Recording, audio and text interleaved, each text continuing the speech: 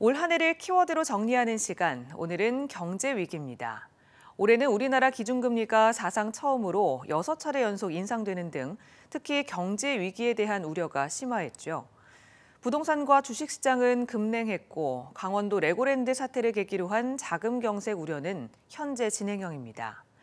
내년은 더 어려울 것이란 전망이 잇따르고 있어 더욱 힘든 연말입니다. 김광현 기자가 보도합니다. 지난해 중순 0.5%였던 기준금리는 올 들어 단숨에 3.25%까지 급등했습니다. 두 차례의 0.5%포인트 인상과 사상 첫 6차례 연속 금리 인상에 사람과 돈은 특판 예적금으로 몰렸습니다.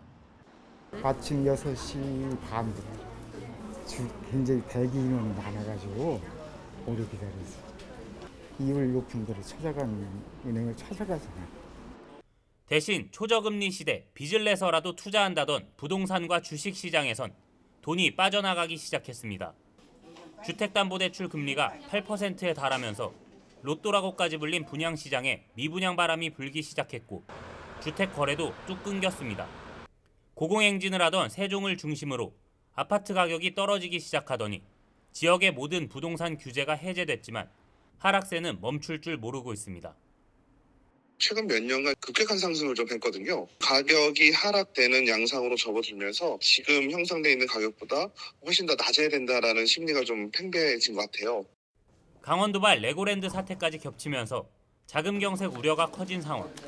여기에 기존 최장 기록과 같은 16일간의 파업 등 두 차례에 걸친 화물연대의 파업도 경기를 더욱 얼어붙게 했습니다. 최근 미국의 블랙 프라이데이에서 온라인 쇼핑 지출액이 사상 처음으로 90억 달러를 넘는 등 예상치 못한 소비 호황에 미국의 금리 인상 속도 조절이 생각보다 더딜 거란 전망도 나옵니다. 금리 올려도 이렇게 소비가 살고 있고 아직 일자리에 대한 부분도 아직까지 그렇게 낮은 지수가 안 나왔다. 그러면 소위 말해서 이거 좀 더 해도 되겠는데라는 생각을 할 수가 있겠죠. 적어도 내년 상반기까지는 금리 인상 기조가 이어질 거란 전망이 우세한 가운데 자금 조달에 어려움을 겪는 기업과 가계의 대출이자 부담 등으로 경기 침체는 상당 기간 이어질 수 있다는 우려가 나옵니다. MBC 뉴스 김광현입니다.